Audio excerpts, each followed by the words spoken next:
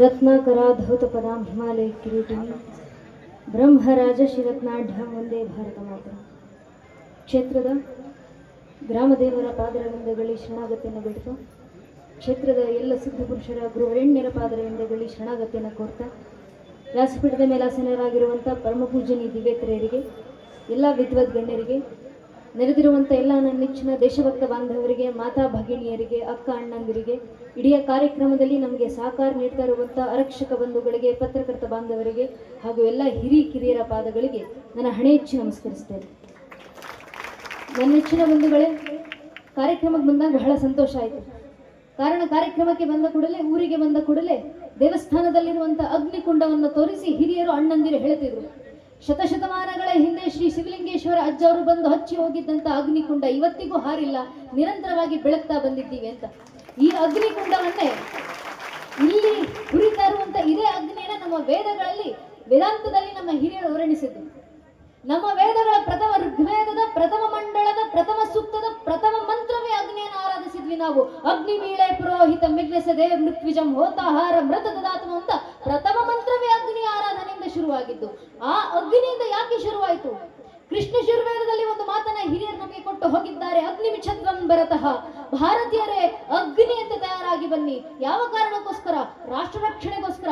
ಶಿಕ್ಷಣ ಸಂಸ್ಕಾರ ಕೊಡುವಂತ ಮಾರ್ಗದರ್ಶನ ಉದ್ದೇಶವೇ ಅದು, ರಾಷ್ಟ್ರವನ್ನ ಬೆಳಗಿಸಲಿ ಅಂತ.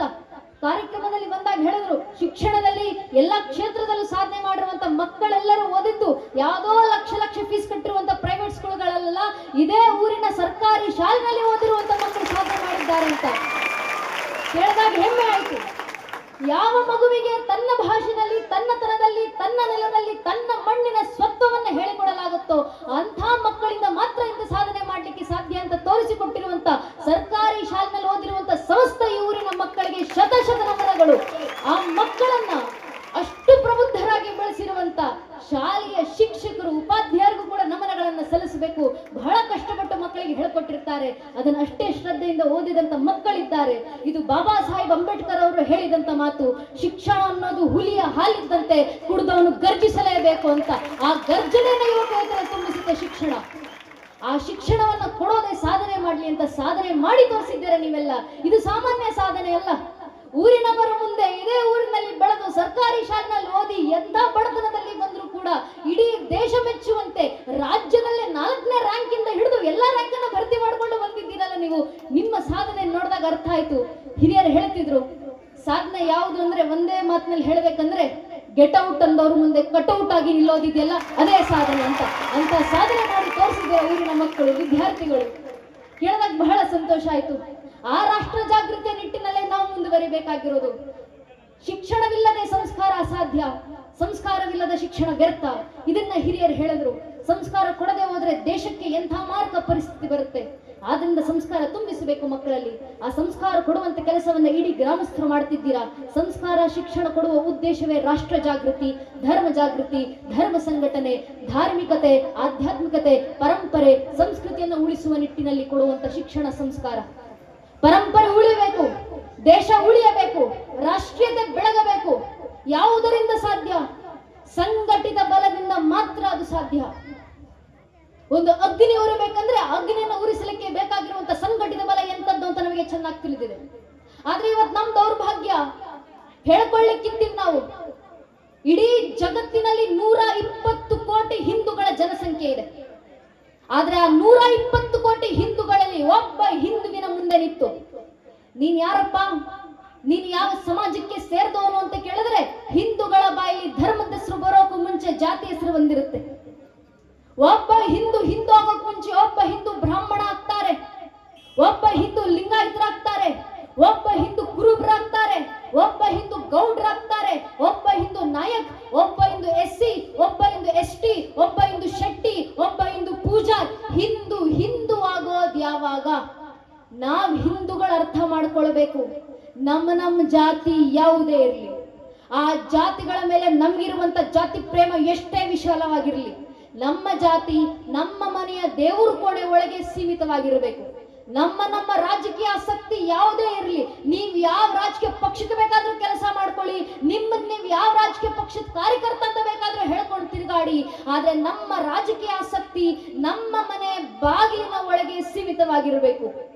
ಪ್ರತಿಯೊಬ್ಬ ಹಿಂದೂ ತನ್ನ ಮನೆಯ ದೇವರ ಕೋಣೆ ದಾಟಿ ಮನೆ ಹೊಸ್ಲು ಬಿಟ್ಟು ಹೊರಗೆ ಬರಬೇಕಾದ್ರೆ ಜಾತಿ, ಉಪಜಾತಿ, ಮತ, ಪಂಥ, ಪಂಗಡ, ಕುಲ, ಗೋತ್ರ, ರಾಜಕೀಯ ಆಸಕ್ತಿ, ತತ್ವ, ಸಿದ್ಧಾಂತ ಎಲ್ಲವನ್ನ ಬದಿಗಿಟ್ಟು ಹೆಗಲ ಮೇಲೆ ಒಂದು ಕೇಸರಿ ಶಾಲು, ಹಣೆ ಮೇಲೆ ಕೇಸರಿ ತಿಲಕ ಇಟ್ಕೊಂಡು ನಾವೆಲ್ಲ ಹಿಂದೂ, ನಾವೆಲ್ಲ ಒಂದು ಅನ್ನೋ ಭಾವನೆ ಮನಬಿಟ್ಟಾಗ ಮಾತ್ರ ನಮ್ಮ ಧರ್ಮದಾಗಿರುತ್ತೆ. ಕಾರ್ಯಕ್ರಮ ಬಂದ ಖುಷಿಯಾಗಿದೆ ಕಾರಣಕ್ಕೆ ಇಡೀ ಸಮಸ್ತ ಊರಿನವರು ನಿಮ್ಮ ನಿಮ್ಮ ರಾಜಕೀಯ ಮತವಂತಗಳ ಸಮಾಜದ ಎಲ್ಲವನ್ನು ಮೀರಿ ಒಂದು ಧರ್ಮ ಕಾರ್ಯಕ್ಕೋಸ್ಕರ ಅಂತ ಬಂದು ಒಗ್ಗೂಡಿದ್ದೀರಲ್ಲ, ಇದೇ ಸಂಘಟಿತವಾದ ದೇಶದಲ್ಲಿ ಬೆಳಿಬೇಕಾಗಿರೋದು. ಒಮ್ಮೆ ಹಿಂದೂ ಸಮಾಜ ಇಡೀ ದೇಶದಾದ್ಯಂತ ಸಂಘಟಿತವಾದ್ರೆ ಸಾಕು, ಎಂತೆಂಥ ಬದಲಾವಣೆ ತರಬಹುದು ನಾವು, ಎಂತೆಂಥ ಸಂಸ್ಕಾರದ ಆಧ್ಯಾತ್ಮಿಕ ಪರಂಪರೆಯನ್ನ ಬೆಳೆಸಬಹುದು ನಾವು. ಬಹಳ ಹಿಂದೆ ಬೇಡ, ಒಂದಿಷ್ಟು ವರ್ಷಗಳ ಹಿಂದೆ ಪೂಜ್ಯನೇ ಅಶೋಕ್ ಸಿಂಗಾಜಿ ಅವರು ನಿಂತು ಭಾರತದ ಸಮಸ್ತ ಹಿಂದೂ ಬಾಂಧವರಿಗೆ ಒಂದು ಕರೆಯನ್ನು ಕೊಟ್ಟಿದ್ರು. अशोक सिंघा जी कार्य ಕೊಡ್ತಾರೆ, रोम रोम में रमे हुए राम के लिए आओ कार सेवको, बनो कार सेवको, मिटो कार सेवको, अगर समय पड़े तो अयोध्या में बहती सरयू नदी को अपने लहू से लाल करना पड़े तो डरो न कार सेवको. ಅಶೋಕ್ ಸಿಂಘಾ ಜಿ ಅವರ ಕರೆ ರೋಮ ರೋಮದಲ್ಲಿ ರಮಿಸಿರುವಂತ ರಾಮರಿಗೋಸ್ಕರ ಬನ್ನಿ ಕಾರ ಸೇವಕರಾಗಿ ಹಿಂದೂಗಳೇ, ಸಮಯ ಬಂದರೆ ಅಯೋಧ್ಯೆಯಲ್ಲಿ ಹರಿತಿರುವಂತ ಸರಿಯು ನದಿಯನ್ನ ನಿಮ್ಮ ರಕ್ತಗಳ ಕಣಗಳಿಂದ ಕೆಂಪಾಗಿಸುವ ಸಂದರ್ಭ ಬಂದ್ರು, ಹಿಂಜರಿಯದಿರಿ ಕಾರ್ ಸೇವಕರೇ ಅಂತ ಅಶೋಕ್ ಸಿಂಘಾಜಿ ಅವರು ಕೊಟ್ಟಂತ ಒಂದು ಕರೆಗೆ ಹೋಗೊಟ್ಟು ನನ್ನ ನಿಮ್ಮ ಹಿರಿಯರು ಲಕ್ಷ ಲಕ್ಷ ಸಂಖ್ಯೆಯಲ್ಲಿ ಒಗ್ಗಟ್ಟಾಗಿ ಬಂದ್ರಲ್ಲ. ಕಾಶ್ಮೀರದಿಂದ ಹಿಡಿದು ಕನ್ಯಾಕುಮಾರಿಯವರೆಗೆ ಸಮಸ್ತ ಹಿಂದೂ ಬಾಂಧವರು ಒಗ್ಗಟ್ಟಾಗಿ ಬಂದು ಕಾರ್ ಸೇವೆಗೆ ಅಯೋಧ್ಯೆ ಪುಣ್ಯ ಭೂಮಿನಲ್ಲಿ ನಿಂತಿದ್ದಂತ 3.5 ಲಕ್ಷ ಜನ ಕಾರ್ಯಕರ್ತರಲ್ಲಿ 36,000 ಜನ ತಾಯಂದ್ರು ಹೆಣ್ಣು ಮಕ್ಕಳು ಕಾರ್ ಸೇವಕರಾಗಿ ಅಯೋಧ್ಯೆ ಪುಣ್ಯ ಭೂಮಿನಲ್ಲಿ ನಿಂತು ರಾಮರಿಗೋಸ್ಕರ ಹೋರಾಟ ಮಾಡಿದ್ದಾರೆ.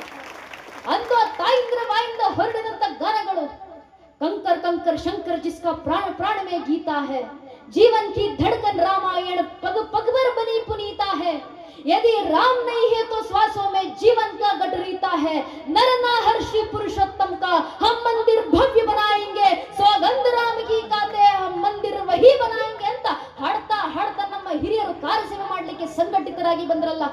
ಒಮ್ಮೆ ಹಿಂದೂ ಸಮಾಜ ಸಂಘಟಿತವಾಗಿ ಬಂತು. ಪರಿಣಾಮ 500 ವರ್ಷಗಳ ಹೋರಾಟದ ನಂತರ, 78ಕ್ಕೂ ಹೆಚ್ಚು ಮಹಾ ಕದನಗಳ ನಂತರ, ಸುಮಾರು 3.5 ಲಕ್ಷ ಜನ ಹಿಂದೂ ಕಾರ್ಯಸೇವಕರ ಬಲಿದಾನಗಳ ನಂತರ ಇಂದು ನನಸಾಗಿರುವಂತ ಶತಮಾನಗಳ ಕನಸು ನಮ್ಮ ಅಯೋಧ್ಯೆಯ ರಾಮಲಲ್ಲಾರ ರಾಮ ಮಂದಿರ. ಇಷ್ಟು ವರ್ಷ ಇಂಥ ಕಾರ್ಯಕ್ರಮಗಳಲ್ಲಿ ನಾವು ಹಾಡಾಡ್ಕೊಂಡು ತಿರುಗಾಡ್ತಿದ್ವಿ, ವಾಟ್ಸಪ್ ಸ್ಟೇಟಸ್, ಇನ್ಸ್ಟಾ ಸ್ಟೋರಿಗಳಲ್ಲಿ ಹಾಡಿಡ್ಕೊಂಡು ತಿರುಗಾಡ್ತಿದ್ವಿ, ಬನಾಯಂಗೆ ಮಂದಿರ್ ಅಂತ. ಭಾಯ್ಲೋಗ್ ಬನ್ ಗಯಾ ಮಂದಿರ ಕಟ್ಟಿದ್ದಾಯ್ತು, ಇಡೀ ಜಗತ್ತು ಕಣ್ತುಂಬಿಸಿಕೊಳ್ಳುವಂತೆ ಮಂದಿರದ 1 ವರ್ಷದ ಸಂಭ್ರಮಾಚರಣೆಯನ್ನು ಆಚರಿಸಿ ಆಯಿತು. ಯಾವ ಕಾರಣದಿಂದ ಸಾಕಾರಗೊಂಡಿದ್ದು? ಒಂದು ಸಂಘಟಿತ ಬಲ. ಸಮಸ್ತ ಭಾರತೀಯರು ಈ ಭಾರತೀಯತೆಯ ಒಂದು ಸೂತ್ರವನ್ನು ಹಿಡಿದು ಒಗ್ಗಟ್ಟಾಗಿ ಬಂದವಲ್ಲ, ಆ ಸಂಘಟಿತ ಬಲದ ಕಾರಣ ರಾಮ ಮಂದಿರ ನಮ್ಮ ಕಣ್ಣು ಮುಂದೆ ನನಸಾಗಿ ನಿಂತಿದೆ. ಆ ಒಂದು ಕಾರ್ಯ ಆಗಬೇಕಂದ್ರೆ ಅದರಿಂದ ಎಷ್ಟು ದೊಡ್ಡ ಸಂಘಟಿತ ಬಲದ ಶ್ರಮ ಬೇಕಾಯಿತು. ಆ ಸಂಘಟಿತ ಬಲವನ್ನ ಈಗ ಮರೆತೋಗೋದಲ್ಲ. ಮಂದಿರ ಕಟ್ಟಿದ್ದಾಯ್ತಲ್ಲ, ರಾಮ ಮಂದಿರ ಕಟ್ಟಿದ್ದಾಯ್ತು, ಧರ್ಮದ ಕಾರ್ಯ ಮುಗಿತು, ಸುಮ್ಮನೆ ಕೂರೋದಲ್ಲ ನಾವು. ರಾಮ ಮಂದಿರ ಕಟ್ಟಿದ ನಂತರ ಇನ್ನು ಕೆಲಸಗಳು ಬಾಕಿ ಇದ್ದಾವೆ. ಸಂಘಟನೆ ಹಿರಿಯರು ಕರೆ ಕೊಟ್ಟಿದ್ದಾರೆ, ಮುಂದೆ ಭಾರತ ಕ ಪ್ರತ್ಯೇಕ ಗರ್ ಅಯೋಧ್ಯ ಬನಾಯಂಗೆ, ಭಾರತದ ಮನೆಗಳನ್ನ ಅಯೋಧ್ಯೆಯನ್ನಾಗಿಸುವುದು ನಮ್ಮ ಸಂಕಲ್ಪ. ಮನೆಗಳು ಯಾವತ್ತು ಅಯೋಧ್ಯೆ ಆಗುತ್ತೆ? ಶಿಕ್ಷಣದ ಜೊತೆಗೆ ಸಂಸ್ಕಾರವನ್ನ ಒಂದೊಂದು ಮಗುವಿನಲ್ಲಿ ಬಿತ್ತಿದ ದಿನ ಮನೆಗಳ ಅಯೋಧ್ಯೆ ಆಗ್ತಾವೆ, ಇಡೀ ಊರು ರಾಮರಾಜ್ಯವಾಗುತ್ತೆ. ಆ ರಾಮರಾಜ್ಯ ಕಟ್ಟುವಂತ ನಿಟ್ಟಿನಲ್ಲಿ ಮನೆಯ ಮಕ್ಕಳಿಗೆ ಶಿಕ್ಷಣ ಸಂಸ್ಕಾರವನ್ನ ನಿರಂತರವಾಗಿ ಕೊಡುವಂತ ಪ್ರಯತ್ನ ಮಾಡಬೇಕು. ಈ ಪ್ರಯತ್ನ ಯಾರಿಂದ ಸಾಕಾರಗೊಳ್ಳುತ್ತೆ? ಖರಾರುವಕ್ಕಾಗಿ ಹೇಳಬಲ್ಲೆ, ತಾಯಂದಿರಿಂದ ಮಾತ್ರ ಅದು ಸಾಧ್ಯ. ಮನೆಗಳಲ್ಲಿ ಮಕ್ಕಳಿಗೆ ಸಂಸ್ಕಾರ ಶಿಕ್ಷಣ ಕೊಟ್ಟು ಮನೆಯ ಮಕ್ಕಳನ್ನ ರಾಮರಂತೆ ಬೆಳೆಸಬೇಕು, ಸೀತಾಮಾತೆ ಅಂತ ಬೆಳೆಸಬೇಕು. ಅದು ಖಂಡಿತ ಸಾಧ್ಯ. ಕವಿಗಳೇ ಹೇಳಿದ್ದಾರೆ, ಚಂದನ್ನೆ ಸಿದ್ದೇಶ್ ಕಿ ಮಿಟ್ಟಿ ನದಿಯ ಗಂಗಾ ಹೇ, ಹರ್ವಾಲಾ ದೇವಿ ಕಿ ಪ್ರತಿಮಾ ಬಚ್ಚಾ ರಾಮ ಹೇ ಅಂತ ಆ ಮಕ್ಕಳನ್ನ ಅದೇ ಮಾರ್ಗದಲ್ಲಿ ಬೆಳೆಸಬೇಕು. ಮನೆಗಳಲ್ಲಿ ಶ್ರೀರಾಮಚಂದ್ರರಂತ ಮಕ್ಕಳು ಹುಟ್ಟಿ ಬರಬೇಕಂದ್ರೆ ಮನೆ ಒಬ್ಬೊಬ್ಬ ತಾಯಿ ಕೌಶಲ್ಯ ಆದಾಗ ಮಾತ್ರ ಅದು ಸಾಧ್ಯ ಆಗೋದು. ಆದ್ರಿಂದ ತಾಯಿಂದ್ರು ಜಾಗೃತರಾಗಿ ಮಕ್ಕಳಿಗೆ ಸಂಸ್ಕಾರವನ್ನು ಕೊಡಿ, ಶಿಕ್ಷಣದ ಜೊತೆಗೆ ಸಂಸ್ಕಾರಯುತರಾಗಿ ಮಕ್ಕಳನ್ನ ಬೆಳೆಸಿ. ಆ ಸಂಸ್ಕಾರ ಹೇಗೆ ಕೊಡ್ತೀರಾ? ಸಾಧ್ಯವಾದರೆ ಮಕ್ಕಳಿಗೆ ಧರ್ಮದ ಉಪದೇಶವನ್ನು ಮಾಡಿ, ಮನೆ ಮಕ್ಕಳಿಗೆ ಧರ್ಮದ ಗ್ರಂಥಗಳ ಬೋಧನೆಯನ್ನ ಮಾಡಿ. ಅಂದು ಕುರುಕ್ಷೇತ್ರ ರಣರಂಗದಲ್ಲಿ ಕಣ್ಣೀರಿಟ್ಟಿದ್ದ ಉಪಯೋಗ ಆಗಿದ್ಯಾರಿಗೆ ನಮಗೆ. ನಮ್ಮನ್ನಲ್ಲಿ ಭಗವದ್ಗೀತೆ ಪುಸ್ತಕ ಇದೆ, ಅದನ್ನ ಮಕ್ಕಳಿಗೆ ಬೋಧಿಸೋಣ. ಅಂದು ಕಣ್ಣೀರಿಟ್ಟಿದ್ಯಾರು ಶ್ರೀರಾಮಚಂದ್ರರು, ಉಪದೇಶ ಮಾಡಿದ್ದರು ವಶಿಷ್ಠರು, ಉಪಯೋಗ ಆಗಿದ್ಯಾರಿಗೆ ನಮಗೆ. ನಮ್ಮನ್ನಲ್ಲಿ ಯೋಗ ವಿಶಿಷ್ಟ ಗ್ರಂಥ ಇದೆ, ಅದನ್ನು ಮಕ್ಕಳಿಗೆ ಬೋಧನೆ ಮಾಡೋಣ. ಅಂದು ಕಣ್ಣೀರಿಟ್ಟಿದ್ಯಾರು ಪುಟ್ಟ ಹುಡುಗ ನಚಿಕೇತ, ಉಪದೇಶ ಮಾಡಿದ್ಯಾರು ಖುದ್ದು ಯಮಧರ್ಮರಾಯ ಮೃತ್ಯು, ಉಪಯೋಗ ಆಗಿದ್ಯಾರಿಗೆ ನಮಗೆ. ನಮ್ಮನ್ನ ಕಠೋಪನಿಷತ್ ಗ್ರಂಥ ಇದೆ, ಅದನ್ನು ಮಕ್ಕಳಿಗೆ ಬೋಧನೆ ಮಾಡೋಣ. ಅಂದು ಕಣ್ಣೀರಿಟ್ಟಿದ್ಯಾರು ನಮ್ಮೆಲ್ಲರ ಹಿರಿಯ ಸ್ವಯಂಭೂಮನು, ಉಪದೇಶ ಮಾಡಿದ್ದು ದರ್ಶನ ಕೊಟ್ಟು ಯಜ್ಞ ನಾಮಕ ಭಗವಂತ, ಉಪಯೋಗ ಆಗಿದ್ ನಮಗೆ. ನಮ್ಮನಲ್ಲಿ ಈಶಾವಾಸ್ಯ ಉಪನಿಷತ್ ಇದೆ, ಯಾಜ್ಞವಲ್ಕ್ಯ ಉಪನಿಷತ್ ಇದೆ, ಅದನ್ನು ಮಕ್ಕಳಿಗೆ ಬೋಧನೆ ಮಾಡೋಣ. ನಿಮ್ಮ ಕೈಯಿಂದ ಧರ್ಮ ಗ್ರಂಥಗಳನ್ನ ಮಕ್ಕಳಿಗೆ ಬೋಧಿಸ್ಲಿಕ್ಕಾದ್ರೆ ಧರ್ಮ ಗ್ರಂಥಗಳನ್ನ ಓದಿಸಿ ಅಧ್ಯಯನ ಮಾಡಿಸಿ. ಆಗ್ಲಿಲ್ವಾ? ವೇದಗಳು ಓದ್ಸಕ್ಕಾಗಲ್ಲ ನಮ್ಮಿಂದ, ಉಪನಿಷತ್ಗಳನ್ನ ಓದಿಸಿಕ್ಕಾಗೋದಿಲ್ಲ, ರಾಮಾಯಣ ಮಹಾಭಾರತ ಇತಿಹಾಸ ಓದಿಸಿಕ್ಕಾಗೋದಿಲ್ಲ ಅಂತ ಅನ್ಕೊಂಡ್ರೆ ಪರವಾಗಿಲ್ಲ. ಕನಿಷ್ಠ ಪಕ್ಷ ವಾರಕ್ಕೊಂದು ದಿನ ದೇವಸ್ಥಾನಗಳಿಗೆ ಮಕ್ಕಳನ್ನ ಕರ್ಕೊಂಡೋಗಿ ದೇವಸ್ಥಾನದಲ್ಲಿ ಕೂರಿಸಿ ಮಕ್ಕಳ ಬಾಯಿಂದ ಭಜನೆಗಳನ್ನ ಹಾಡಿಸಿ ಸಾಕು. ಸಾಧ್ಯವಾದ್ರೆ ಕೀರ್ತನೆಗಳನ್ನ ಹಾಡಿಸಿ, ದಾಸರ ಹರಿದಾಸರ ಕೀರ್ತನೆಗಳನ್ನ ಹಾಡಿಸಿ, ಶರಣರ ವಚನಗಳನ್ನ ಮಕ್ಕಳ ಬಾಯಿಂದ ಹೇಳಿಸಿ. ಇಡೀ ಧರ್ಮದ ಅಧ್ಯಯನವನ್ನೇ ನಮ್ಮ ಪೂರ್ವಿಕರು ವಚನಗಳಲ್ಲಿ ಕೀರ್ತನೆಗಳಲ್ಲಿ ಬರೆದಿಟ್ಟು ಹೋಗಿದ್ದಾರೆ. ನಮ್ಮ ಉಪನಿಷತ್ತುಗಳಲ್ಲೇ ಈಶಾವಾಸ್ಯ ಉಪನಿಷತ್ತಿನ ಮೊದಲನೇ ಅಧ್ಯಾಯದ ಮೊದಲನೇ ಮಂತ್ರ, ಈಶಾವಾಸ್ಯ ಮಿದುಗುಂ ಸರ್ವ ಮೆಕ್ಕಿಂಚಿ ಜಗತ್ಯಾಂ ಜಗತ್ತೇನ ತೆಕ್ತೇನ ಭುಂಜಿತ ಮಾಕೃದಕ್ಕಸ್ಯ ಸ್ವಿಧನಂ. ಅರ್ಥಸಾರ ಏನು? ಬಹಳ ಸಾಮಾನ್ಯ ಅರ್ಥ ಮಾಡ್ಕೊಳ್ಳೋದಾದ್ರೆ, ಇಡೀ ಜಗತ್ತು ಅವನದ್ದೇ, ಒಬ್ಬ ಭಗವಂತನದ್ದು, ಶಿವನದ್ದೇ ಎಲ್ಲವೂ ಆಗಿರಬೇಕಾದ್ರೆ ನನ್ನದು ನಿನ್ನದು ಅಂತ ಮತ್ತೆ ಏನಿದ್ಯಪ್ಪ? ಇಲ್ಲಿರುವಂತ ಆರ್ಥಿಕತೆ ಹಿಂದೆ ಹಿಡಿದು ಪ್ರತಿಯೊಂದು ಕೂಡ ಅವರಿಗೆ ಸೇರಿದ್ದು.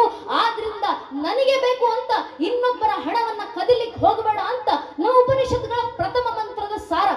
ನಮ್ಮ ದೌರ್ಭಾಗ್ಯ ಇದು ನಮ್ಗೆ ಅರ್ಥ ಆಗ್ಲಿಲ್ಲ. ನಾವು ಗ್ರಂಥಗಳನ್ನು ಪಕ್ಕಕ್ಕೆ ಸರಿಸಿಬಿಟ್ಟಿವಿ. ಉಪನಿಷತ್ತುಗಳಿರೋದು ಯಾರೋ ಜ್ಞಾನಿಗಳು ಓದ್ಲಿಕ್ಕೆ, ನಮಗೆಲ್ಲ ಓದ್ಲಿಕ್ಕೆ ಎಲ್ಲ ಆಗತ್ತೆ, ನಾವು ಸುಮ್ಮನಾದ್ವಿ. ಶರಣರು ಬಂದ್ರು, ನಿಮಗೆ ಉಪನಿಷತ್ಗಳು ಓದಕ್ಕಾಗೋದಿಲ್ಲ, ವೇದಗಳು ಓದಕ್ಕಾಗೋದಿಲ್ಲ, ಕನ್ನಡದಲ್ಲಿ ಹೇಳ್ತೀವಪ್ಪ ವಚನಗಳನ್ನ ಅರ್ಥ ಮಾಡ್ಕೊಳ್ಳಿ. ಬಸವಣ್ಣನವರೇ ಹೇಳಿದ್ರು, ಕಳಬೇಡ ಕೊಳಬೇಡ ಹುಸಿ ನೆಡುವಲು ಬೇಡ, ತನ್ನ ಬಣ್ಣಿಸಬೇಡ ಇದರ ಹಡಿಯಲು ಪಡಬೇಡ, ಅನ್ಯರಿಗೆ ಅಸಹ್ಯ ಪಡಬೇಡ. ಇದೇ ಅಂತರಂಗ ಶುದ್ಧಿ, ಇದೇ ಬಹಿರಂಗ ಶುದ್ಧಿ, ಇದೇ ನಮ್ಮ ಕೂಡಲ ಸಂಗಮ ದೇವರನ್ನು ಒಲಿಸುವ ಪರಿ ಅಂತ ಬಸವಣ್ಣನವರು ಇನ್ನೂ ಸುಲಭ ಮಾಡಿ ಒಂದೇ ವಾಕ್ಯದಲ್ಲಿ ಹೇಳಿದ್ರು, ಕಳಬೇಡ ಕೊಲಬೇಡ. ಯಾಕೆ ಕದಿಬಾರದು? ಯಾಕೆ ಅಂದ್ರೆ ಅವ್ರು ಹೇಳ್ತಾರೆ, ಅರಿಷಡ್ ವೈರಿಗಳನ್ನ ದಾಟು, ಇಂದ್ರಿಯಗಳನ್ನ ನಿಗ್ರಹಕ್ಕೆ ಹಿಡು, ಇನ್ನೊಬ್ಬರ ಹಣವನ್ನ ಕದಿಲಿಕ್ಕೆ ಹೋಗ್ಬೇಡ ಅಂತ ಒಂದು ವಾಕ್ಯದಲ್ಲಿ ಹೇಳಿದ್ರು. ನಮ್ ದೌರ್ಭಾಗ್ಯ ಅದು ನಮ್ಗೆ ಅರ್ಥ ಆಗ್ಲಿಲ್ಲ. 500 ವರ್ಷಗಳ ಹಿಂದೆ ಕನಕದಾಸರು ಬಂದು ಹೇಳಿದ್ರು, ಏನಕ್ಕಪ್ಪ ಕದಿತೀರಾ? ಯಾರದು ಸಂಪತ್ತು? ದಾಸರು ಹೇಳ್ತಾರೆ, ಕನಕದಾಸರು ಕೀರ್ತನೆಗಳಲ್ಲಿ ಬರೀತಾರೆ, 8 ಗೇಣಿನ ದೇಹ, ರೋಮಗಳು 8 ಕೋಟಿ, ಕೀಲುಗಳ 68, ಮಾಂಸದಿಂದ ಮಾಡಿದ ಮನೆ, ಮನ ಒಲಿದ ನೆಂಟ ನೀನಿಲ್ಲದೆ ಹಳೆದು ಹೋದರೆ ಒಂದು ಕ್ಷಣದಲ್ಲಿ ಮುಚ್ಚಿ ಹೋಗುವುದಯ್ಯ. ಇಂಥ ದೇಹಕ್ಕುಂಟೆ ಪರಪುರುಷಾರ್ಥಗಳು. ಫಲಪುರುಷಾರ್ಥ ಇಲ್ಲದಿರುವಂತ ಈ ದೇಹಕ್ಕೆ ಮತ್ತೊಬ್ಬರ ಸಂಪತ್ತಕ್ಕೆ, ಮತ್ತೊಬ್ಬರ ಆರ್ಥಿಕತೆಯಕ್ಕೆ, ಮತ್ತೊಬ್ಬರ ಹಣವೇಕೆ? ಅವನದ್ದೇ ಎಲ್ಲ, ಅವನನ್ನ ಹಿಂಬಾಲಿಸಿಕೊಂಡು ಹೋಗು, ಮತ್ತೊಬ್ಬರ ಹಣದ ಬೇಡ, ಕಣ್ಣು ಮಾಡಬೇಡ ಅಂತ ಕನಕದಾಸರು ಕೀರ್ತನೆಗಳಲ್ಲಿ ಒಂದೇ ಒಂದು ಸಾಲಿನಲ್ಲಿ ಹೇಳಿ ಹೋದ್ರು. ನಮ್ ದೌರ್ಭಾಗ್ಯ ಅದು ನಮ್ಗೆ ಅರ್ಥ ಆಗ್ಲಿಲ್ಲ. ನಂತರ ಹಿರಿಯರು ಬಂದ್ರು, ಉಪನ್ಯಾಸಕರು ಬಂದ್ರು, ಸಿದ್ದೇಶ್ವರ ಅಪ್ಪವರಂತವರು ಬಂದ್ರು. ಸಿದ್ದೇಶ್ವರ ಅಪ್ಪವರು ಇಡೀ ವಚನದ, ಉಪನಿಷತ್ತಿನ, ಕೀರ್ತನೆಗಳ ಇದೇ ಸಾರವನ್ನ ಒಂದು ಮಾತಿನಲ್ಲಿ ಹೇಳೋದ್ರು. ಸಿದ್ದೇಶ್ವರಪ್ಪ ಅವರು ಹೇಳ್ತಾರೆ, ಕೈ ಸ್ವಚ್ಛ ಇರ್ಬೇಕು. ನಮ್ ಕಿಸೆದಾಗಿದ್ರೆ ಸ್ವಚ್ಛ ಇರ್ತದ, ಮತ್ತೊಬ್ರು ಕಿಸೆದಾಗೋದ್ರೆ ಹೊಲಸಾಗ್ತದ. ಕೈ ಸ್ವಚ್ಛ ಇಡ್ರಿ. ಏನು ಸುಲಭ ಮಾಡಿ ಹೇಳಿ ಹೋದ್ರು ಸ್ವಾಮಿ. ಇಂಥವರ ಆದರ್ಶ, ಇದು ಶಿಕ್ಷಣ, ಇದು ಸಂಸ್ಕಾರ. ಇದನ್ನೇ ಮಕ್ಕಳಿಗೆ ತಲುಪಿಸುವಂತ ಕೆಲಸವನ್ನು ಇವತ್ತು ನಾವು ಮಾಡಬೇಕಾಗಿರೋದು. ಸಂಸ್ಕಾರ ಬರೋದು ಧರ್ಮ ಗ್ರಂಥದ ಅಧ್ಯಯನದಿಂದ, ಶಿಕ್ಷಣವೂ ಧರ್ಮ ಗ್ರಂಥನ ಅಧ್ಯಯನ ಮಾಡಿ ಬರ್ತಾವೆ. ನಮ್ಮ ಹಿರಿಯರೇ ಹೇಳಿ ಹೋಗಿದ್ದಾರೆ, ಧರ್ಮೇಚ ಅರ್ಥೇಚ ಕಾಮೇಚ ಮೋಕ್ಷ ಪುರುಷಶಭ ಎದೆ ಅಸ್ತಿ ತದನ್ನೇ ತಯನ್ನೇ ಎನ್ನೆ ಅಸಿ ನತತ್ವಚ್ಚತ. ನಮ್ಮ ಗ್ರಂಥಗಳಲ್ಲಿ ಸಿಗದೇ ಇರೋದು ಜಗತ್ತಿನ ಯಾವ ಮೂಲೆಯಲ್ಲೂ ಸಿಗಲಿಕ್ಕೆ ಸಾಧ್ಯ ಇಲ್ಲ. ಘಂಟಾಘೋಷವಾಗಿ ಸಾರಿ ಹೋದ್ರು. ನಮ್ಮ ಹಿರಿಯರ ಇತಿಹಾಸವನ್ನ ಅಧ್ಯಯನ ಮಾಡಿದ್ರೆ ಸಾಕು. ಕನಕದಾಸರು ಒಂದೊಂದು ಕೀರ್ತನೆಗಳನ್ನು ಓದಿ, ಸ್ವಾಮಿ ನಾವು ಅವರನ್ನ ಮೆಚ್ಚೋದೇನು? ಒಂದು ಕಾಲದಲ್ಲಿ ವಿದ್ವತ್ಸಭೆ ನಡೆಯುವಂತ ಸಂದರ್ಭದಲ್ಲಿ ನಾಮ ಕೀರ್ತನೆ ಸಭೆ ಅಲ್ಲ, ಭಜನೆ ಸಭೆ ಅಲ್ಲ, ವಿದ್ವತ್ ಸಭೆ. ವೇದ ಉಪನಿಷತ್ತುಗಳನ್ನ ಮುಂದಿಟ್ಟು ವಿಪ್ರರು ಕೂತು ಚರ್ಚೆ ಮಾಡುತ್ತಿದ್ದಂತ ವಿದ್ವತ್ಸಭೆಯಲ್ಲಿ ಎಲ್ಲರೂ ಕೂತಿದ್ರೆ, ಆ ವಿದ್ವತ್ಸಭೆಗೆ ಹಿರಿಯರ ಸ್ಥಾನದಲ್ಲಿ ಶಿಖರಪ್ರಾಯವಾಗಿ ಕೂತಿದ್ದಂತ ಚಂದ್ರಿಕಾಚಾರ್ಯರು, ಯಾವ ಚಂದ್ರಿಕಾಚಾರ್ಯರನ್ನ ಏಸು ಮುನಿಗಳಿದ್ದು ಮಾಡಿದರೇನೋ, ವ್ಯಾಸ ಮುನಿಯೊಬ್ಬ ಮತ್ತು ಮಧ್ವ ಮತವನ್ನು ಧರಿಸಿದ ಅನ್ನೋ ಕೀರ್ತಿಗೆ, ಮಹೋನ್ನತ ಕೀರ್ತಿಗೆ ಭಾಜನರಾದಂತ ಚಂದ್ರಿಕಾಚಾರ್ಯರು ಎಲ್ಲ ವಿಪ್ರರ ಮಾತುಗಳನ್ನ ಕೇಳಿ ಸಂವಾದದ ಕೊನೆಯಲ್ಲಿ ನಿರ್ಣಯ ನೀಡೋಕು ಮುಂಚೆ ಕನಕದಾಸರ ಹತ್ರ ಮುಖ ಮಾಡಿ ಮಾಡಿ ಕೇಳ್ತಿದ್ರಂತೆ, ಏನಪ್ಪ ಕನಕ, ಕೊಡ್ತಿರುವಂತ ನಿರ್ಣಯ ಸರಿ ಇದೆಯಾ, ಮೊದಲು ನೀನ್ ಹೇಳು ಅಂತ ಚಂದ್ರಿಕಾಚಾರ್ಯ ನಿರ್ಣಯ ಕೊಡೋಕು ಮುಂಚೆ ಕನಕದಾಸರ ಒಪ್ಪಿಗೆ ಕೇಳ್ತಿದ್ರಂತೆ. ಕನಕದಾಸರ ಘನತೆ ಎಂಥದ್ದು, ಅವರ ಹತ್ರ ಇರುವಂತ ಜ್ಞಾನ ಶಿರೋಮಣಿ ಎಂಥದ್ದು, ಅವರ ಇತಿಹಾಸ ಅಧ್ಯಯನ ಮಾಡಿಸಿ ಮಕ್ಕಳಿಗೆ. ಈ ಕೆಲಸ ತಾಯಿಂದ್ರಿಂದಲೇ ಆಗಬೇಕು. ಯಾಕೆ ತಾಯಿಂದ್ರಿಂದಲೇ ಆಗಬೇಕು? ಇಷ್ಟು ವರ್ಷ ಪರಂಪರೆ ಉಳಿಸಿ ಬಂದಿರೋದೊಂದು ಧೀಶಕ್ತಿ ಮಾತ್ರವೇ.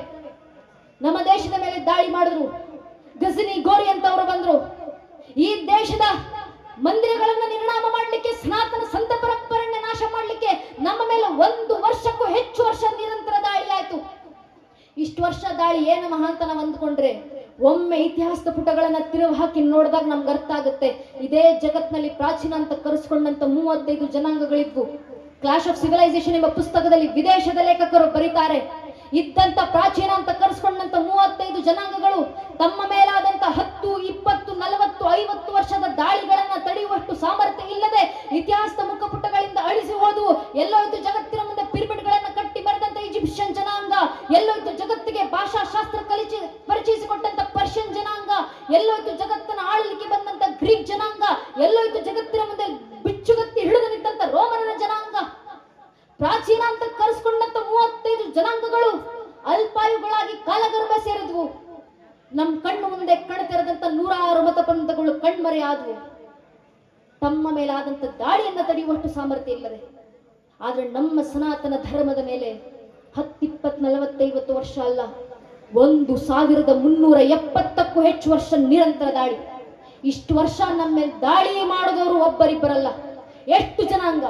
1000ಕ್ಕೂ ಹೆಚ್ಚು ವರ್ಷ ಮೊಘಲರು ಬಂದ್ರು, ಅರಬ್ಬರು ಬಂದ್ರು, ಅಫ್ಘಾನರು ಬಂದ್ರು, ಪೋರ್ಚುಗೀಸರು ಬಂದ್ರು, ಡಚ್ಚರು ಬಂದ್ರು, ಫ್ರೆಂಚರು ಬಂದ್ರು, ಇಂಗ್ಲಿಷರು ಬಂದ್ರು, ಶಕರು ಬಂದ್ರು, ಹೂಣರು ಬಂದ್ರು. ಇವರೆಲ್ಲರೂ ಬಂದು ನಮ್ಮ ಮೇಲೆ ದಾಳಿ ಮಾಡಿದ ನಂತರವೂ ಇವತ್ತಿಗೂ ಸನಾತನ ಹಿಂದೂ ಧರ್ಮವಾಗಿ ಜೀವಂತವಾಗಿದೆ. ಜಗತ್ನಲ್ಲಿ 100 ಕೋಟಿಗೂ ಹೆಚ್ಚು ಹಿಂದೂಗಳು ಮನೆಗಳೆಲ್ಲ ಧರ್ಮಾಚರಣೆ ಮಾಡ್ತೀವಿ. ಯಾರ ಕಾರಣದಿಂದ? ನಮ್ಮ ಹಿರಿಯರ ಶ್ರಮದ ಕಾರಣದಿಂದ. ಹೆಜ್ಜೆ ಹೆಜ್ಜೆಗೂ ಧರ್ಮವನ್ನ ಉಳಿಸಿದ್ದಾರೆ. ಬಹಳ ಯಾಕೆ? ಕಲ್ಯಾಣಕ್ಕೆ ಬೆಂಕಿ ಬೀಳೋಕು ಮುಂಚೆ ಅಲ್ಲಮ್ಮ ಪ್ರಭುಗಳು ಕಲ್ಯಾಣದಲ್ಲೇ ನಿಂತು ಭವಿಷ್ಯವಾಣಿಯನ್ನ ನುಡಿತಾರೆ. ಕೆಟ್ಟು ಹಾಳಾಗುವುದು ಕಲ್ಯಾಣ, ತೋರ್ಪಡಿಕೆ ದೊಂಬರಾಟ ಅತಿಯಾಗುವುದು. ಹೇಳುವವರು ನಿಜವಾದ ಗುರುವಾಗಲೆಂದು ಹೇಳರು, ಕೇಳುವವರು ಗುರುವಾಗಲೆಂದು ಕೇಳರು.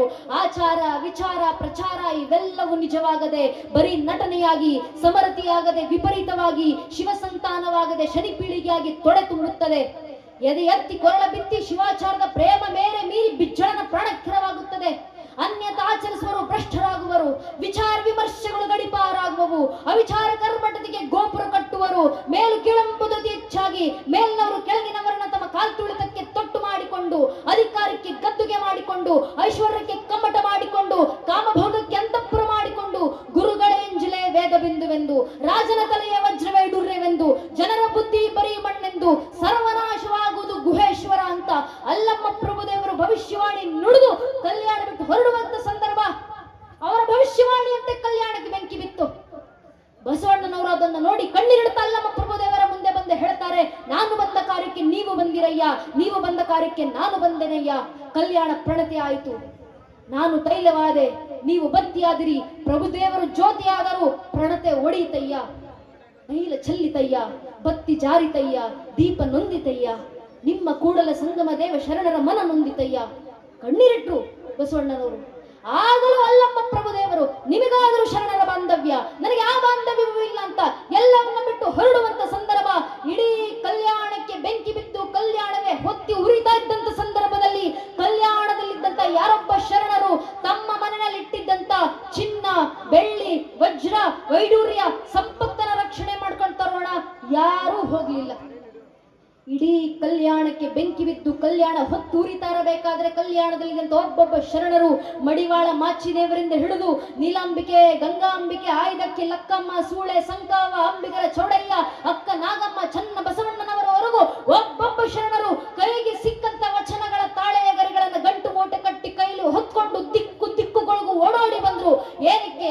ಜಗತ್ನಲ್ಲಿ ಏನು ಸುಟ್ಟು ನಾಶ ಆದ್ರೂ ಪರವಾಗಿಲ್ಲ, ನಮ್ಮ ಧರ್ಮ ಒಂದು ಸುಡುವಂತಿಲ್ಲ, ನಮ್ಮ ಪರಂಪರೆ, ಸಂಸ್ಕಾರ, ಸಂಸ್ಕೃತಿ ಸುಟ್ಟು ನಾಶ ಆಗುವಂತಿಲ್ಲ.